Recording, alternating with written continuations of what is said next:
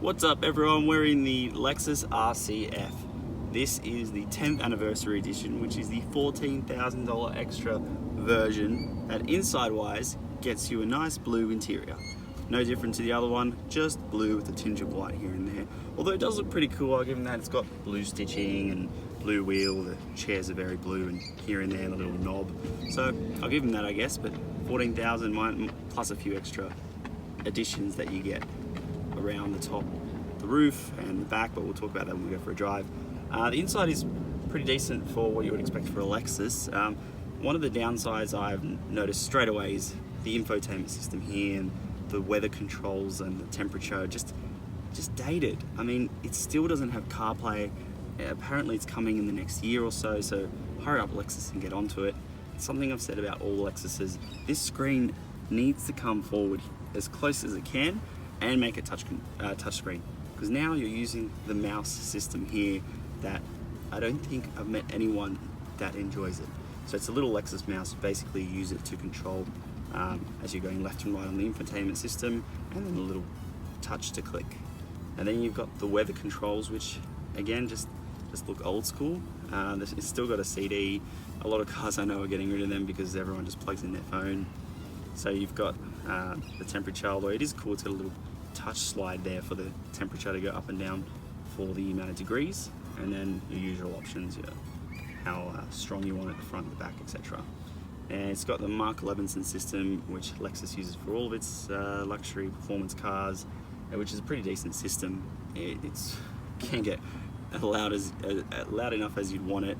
It's got, I believe, 17 speakers in here, which for a little coupé car, there's a lot in here. There's couple big ones at the front, some there, a fair few up there down the bottom, and then in the back, and then sort of towards the boot area there's a fair few there. So it sounds really crisp and clean compared to some of the other competitors that have Harman Kardon and Bose and Bang & Olufsen. It actually competes with them quite well.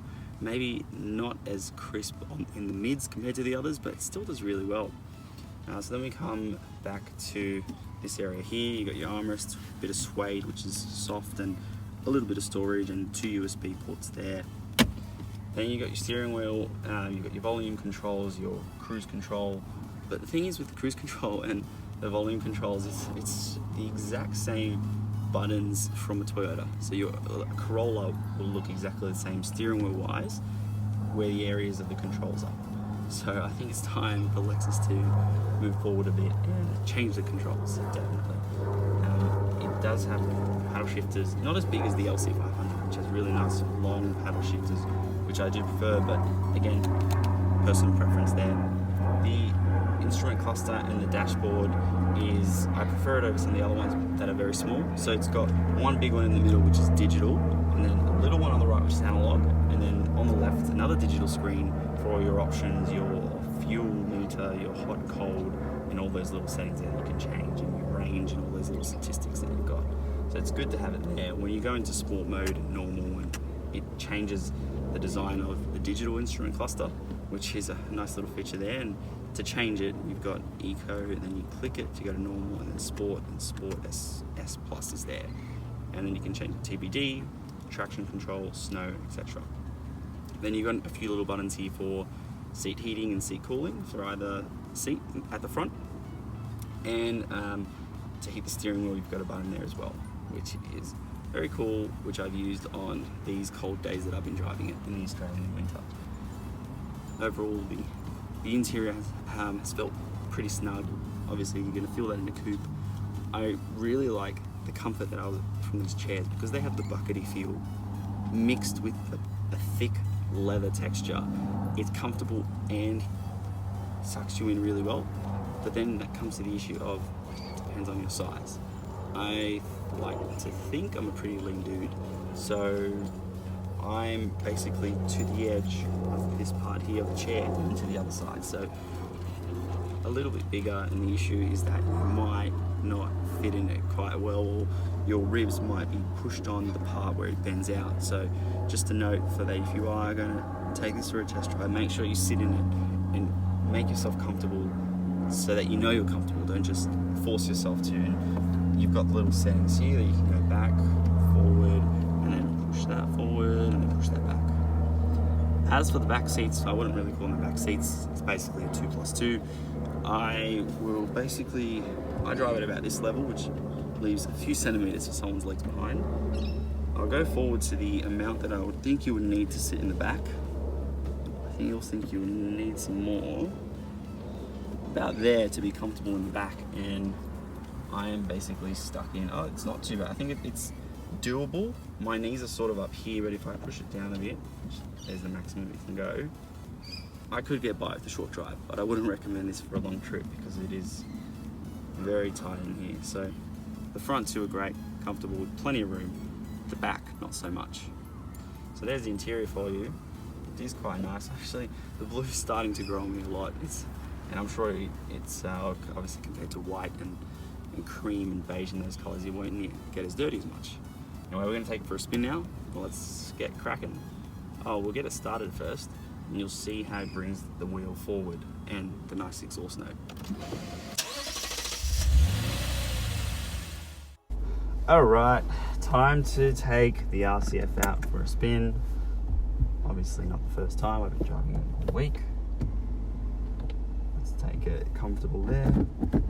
It has just started to rain a little bit, just slight sprinkles. It does have a foot handbrake that I'm not getting used to because every other car I've driven for the last few months has had an electronic handbrake.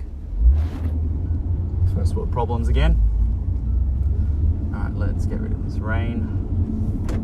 Oh, very smooth wipers. I haven't had to use them as of yet.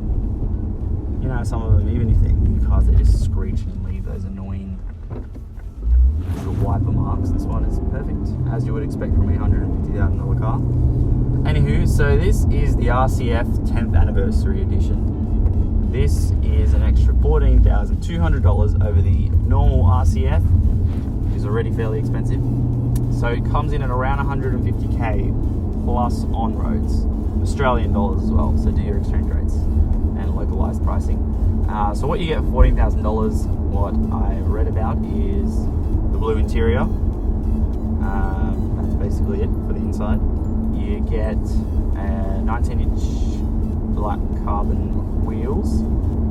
You get the blue brake pads calipers with the F logo on them. You get a carbon fibre roof, and you can't see it from the inside, don't worry, it's just on the outside, and a carbon fibre pop-up spoiler, which that's probably the one thing I like most about this little addition here, this package. So there's a little button here that you can decide when to turn it on and when to turn it off, and then on one of the instrument clusters here you can see it actually tells you how, let me try to get the setting up, it tells you how high up the spoiler or the wing has gone, or how high up it hasn't gone. Wanted me to emergency brake there, but I was turning left for readjusting. Right, let's just get a bit of a here so we can hear the car.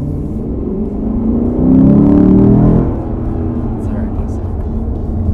Yeah, so the rear wing, I am yet to see it go completely high up. Obviously I haven't been driving quick enough to be able to determine, but I think that's one of the best additions. So I'm trying to see if it's popping itself back up, but I'll try. Put a bit of a hit.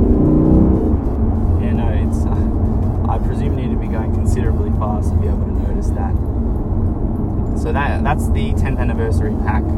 You've got a nice little metal plaque here that says F 10th anniversary, or for 10th anniversary. That's how you want to read it.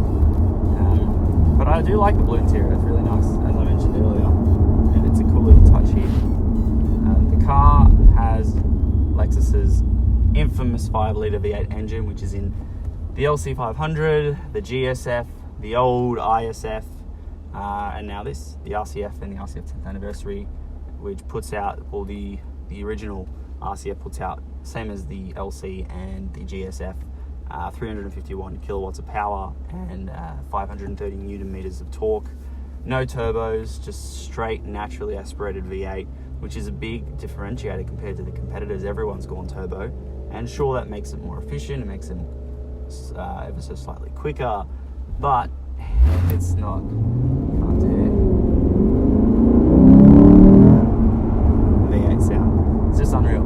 There's no lag. It does take its time to kick up when you're in normal mode, but no turbos to spool up, and it's just good to have a car in this segment that is stuck to the roots and stuck to the classic naturally aspirated V8. So well done to Lexus for keeping it classy, keeping it simple, and from what I've seen so far and what we've read in our reviews, they're really reliable as it is as well. They keep going, these cars. You've seen a lot of ISFs with the same engine that just have gone for now over a decade, given the Lexus reliability, which is good to know.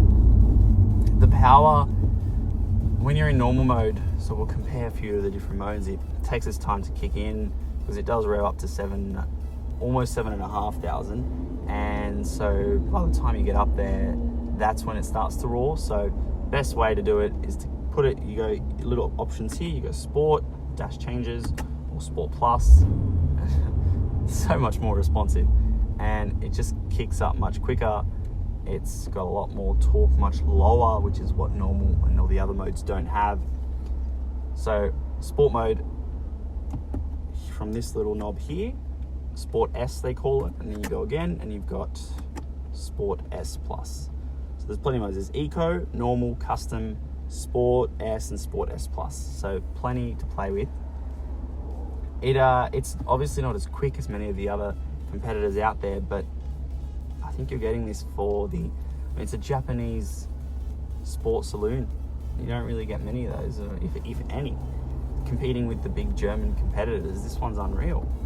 And although, it's a bit expensive for what you're getting, and especially with this $14,000 pack, but naturally aspirated V8, you don't find them nowadays. I mean, the BMWs, the M's are inline 6s turbos, the AMGs are V8 twin turbos, and then the Audis are V6, or they've gone to 6 cylinders now with turbos. So this is the only one left with a naturally aspirated V8.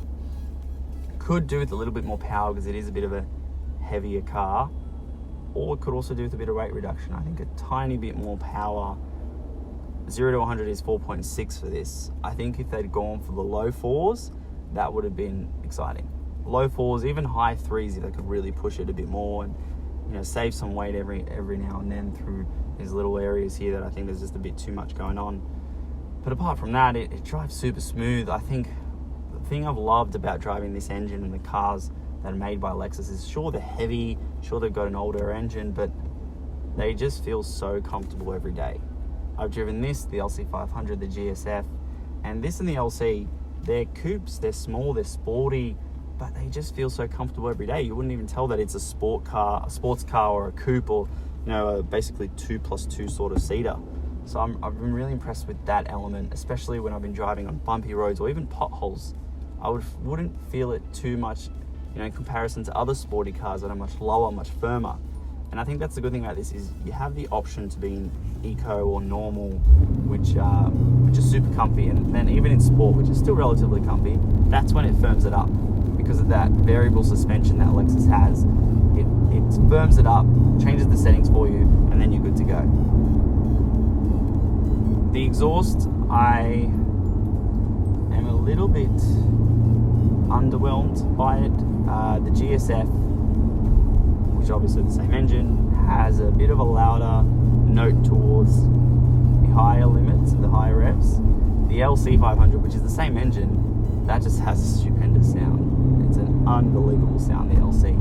It's got this whiny, a good one though, a very loud, roaring, crisp sound. It's very crisp. But the one drawback, and that's with all Fs that I've driven so far with these V8s, is there's no pops, there's no crackles, there's no snaps. And I think that lets a lot of people down, because when you're driving a V8, I mean, sure, you've got the loud noise, but you need those pops and cracks. And the LC had a little bit of a little snap to it, but these, whenever you change gears or whenever you downshift and you rev match and it shifts up, you just don't hear anything. You just hear and you don't hear. Whereas even in hot hatches that have 4-cylinder 2-liter little turbo engines, they just go crazy with pops. They just go pop, pop, pop, pop. Or when you're downshifting, and they just pushes the revs up and just goes nuts. So I think that's one thing in this car, and all the other Fs that have the same engine, is one way definitely to improve in the future. Because I know it does waste a little bit of fuel, but worth it. And what's the difference when your fuel in this car is already pretty bad? In the city, similar to the other ones, you're going to be expecting around, I would say 15 to 20 around that mark. That's around the 16, 17 mark if you're in the city doing pure city driving. If you're on the motorway, you can get below 10 if you're doing pure motorway driving. This is litres per 100, by the way. You can drop below 10. And then on the combined cycle, you're looking at around, I would say, the 14 to 15 mark with a mixture of city and motorway driving.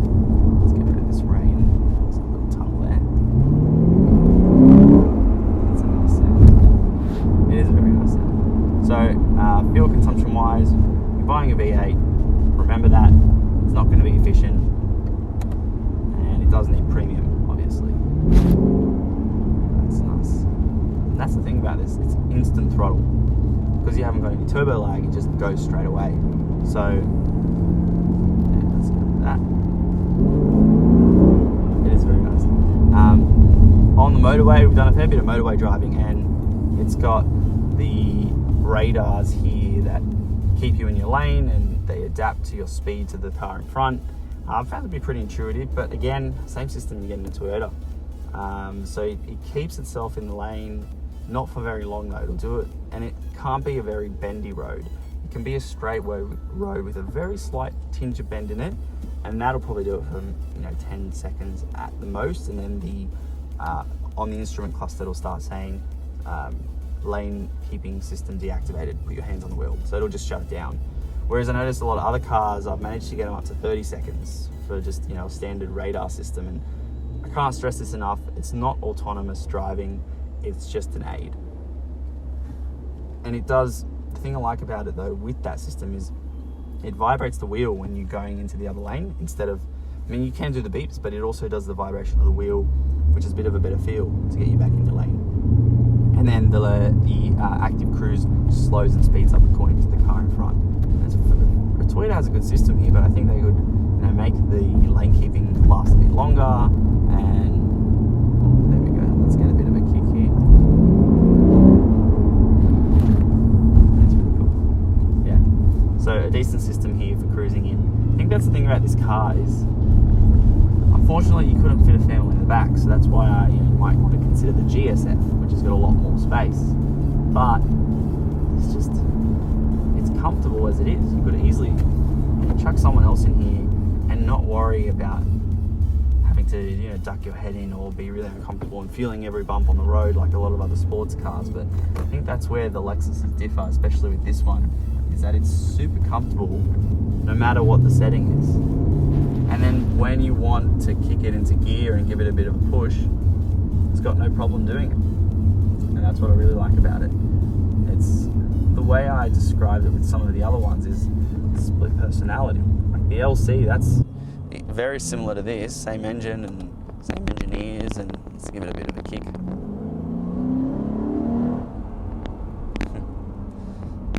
So it does, with that exhaust note, you get the best sound after around 4,500 and in Sport Plus mode. The other modes, yeah, sure, it sounds cool, but nowhere near as good as Sport S Plus.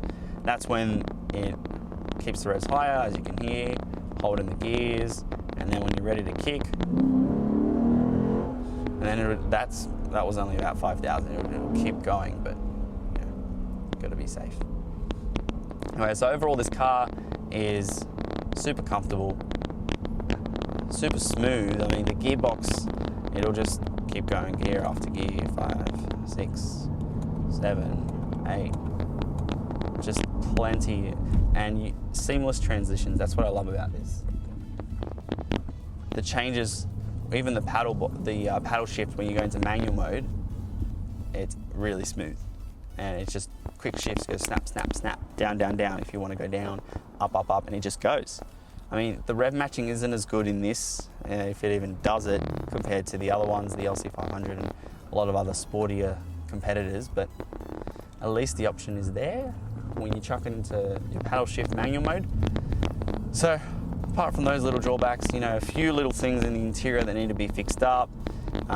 It is fairly expensive, I do understand that, but you're getting a lot for your money. getting a 351 kilowatt V8 monster. It is heavy, I get that, but that's the whole point, because it makes it comfortable, it makes it smooth. It makes this car something that you can go on a long trip with. Easily a road trip car if you can fit. And the boot is huge. The boot is over double the size of the LC500, and definitely of other supercars, and you could easily fit, you know, 2 big suitcases in there. And I think it allows the option of the backs to fold down as well. So easily a very comfortable car that you would be able to fit a lot of things in, go on a lot of drives on, and overall just super comfortable. And then when you want to kick it into gear and go on the throttle, it just goes. And it's got the braking power for you to have a bit of fun. Like, you can rev and then just the brakes will stop you so well. They've done really good job with these brakes, but these ones I feel like they're already going to need replacing. This press car is on how many Ks? 10,000 Ks almost, and I can really hear a lot of squeals. So I'm not sure how many mils are left on these brakes, but I feel like the journalists that have driven this have driven it pretty hard. But yeah, this car's been unreal. I would probably take the GSF for the space if that's what you're after.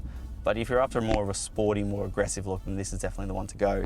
It keeps the diagonal exhaust, which I love, which the LC500 doesn't have. So it's just an all-round great car. And if you can score yourself a demo deal, then go for it. You know, nice little wave there. It'll be a nice bloke on the road today. Yeah, I just went over another pothole there. Barely could feel it. Just smooth. I'll purposely go over one there. A little bit of a bump. Nothing too much. So I've been pretty impressed with this. It drives super well. It's got plenty of power. Great stopping distance. Super sporty, aggressive note. But it is just a few little updates would make it perfect in the future. So I hope they can make those changes, because then this will just be the perfect car that will rival AMG and BMW and Audi with their super expensive, super powerful and super popular cars that this could slot into, because this isn't a very popular car, nor any of the other F cars, but they have the potential to. They just need to nut out a few little things here and there, and they'll be right in the middle of the market, and they'll cause a disruption to the segment. So those changes, and this car will be ready to go. Anyway, thanks for watching. Don't forget to like, comment and subscribe, and stay tuned for more videos.